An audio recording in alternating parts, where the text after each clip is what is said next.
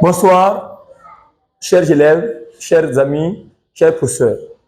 Aujourd'hui, ce soir, dans le programme de terminale, nous allons parler d'une relation entre la constante d'acidité Ka, le taux d'ionisation alpha et la concentration initiale Ca pour les acides faibles. Et généralement, cette constante d'acidité est donnée pour les acides faibles ou bien les bases faibles, ça dépend. Maintenant, lorsqu'on vous demande de démontrer ça, la constante d'acidité, et généralement, on fait allusion à quoi? Aux acides faibles. Donc, pour démontrer cela, nous allons prendre ici un exemple d'étude qui est l'acide méthanoïque. Une solution d'acide méthanoïque, qui est le CaCOH, un acide organique. Donc, c'est un acide faible. Nous allons passer par quoi? Par l'équation, montrer que, à travers l'équation, on va dire quoi? Que COOH est un acide faible, ça se dissocie en présence de l'eau, la réaction elle est réversible. On obtient quoi?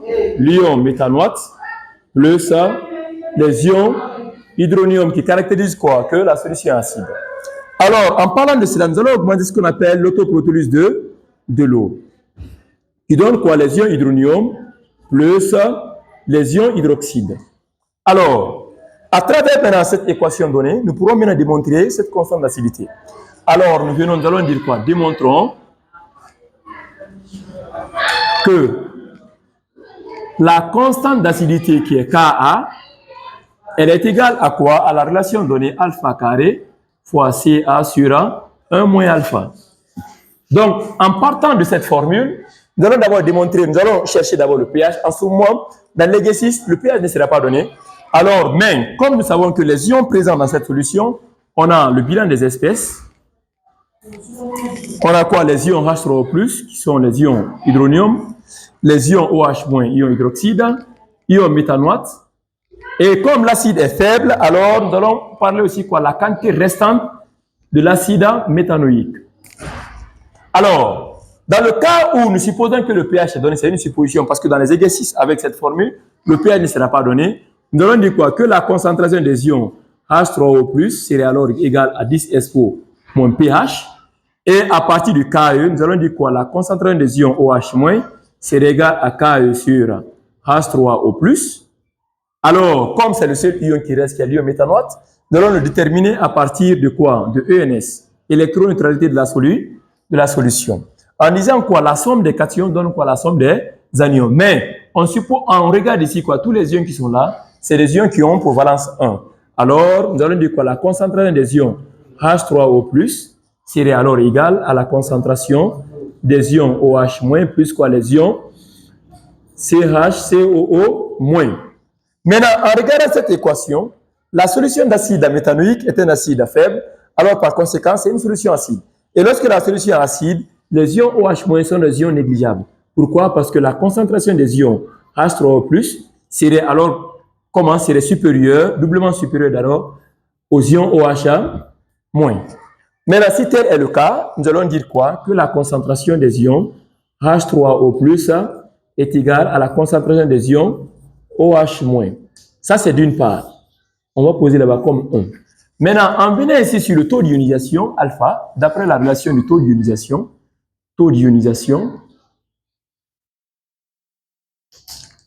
on sait que quoi? Un acide est faible lorsque quoi? Alpha est égal à la concentration des ions H3O+, on a affaire avec les monoacides, c'est-à-dire le degré d'acidité égal à 1 en ce moment.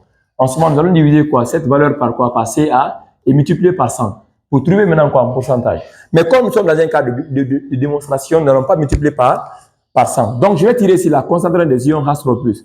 Alors, les ions H3O+, seront égales à quoi? C'est alpha fois Ca.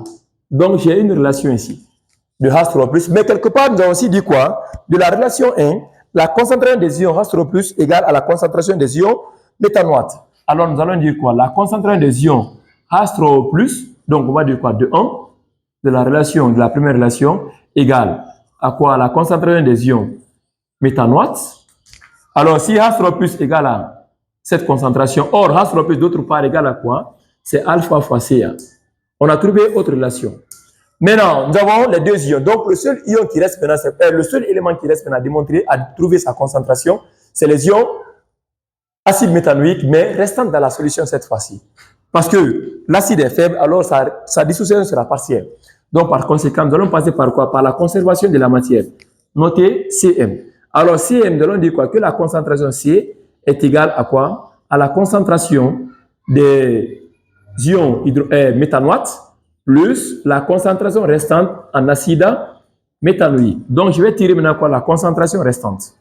Cette concentration restante serait alors égale à la concentration initiale moins la concentration des ions méthanoates dans la solution.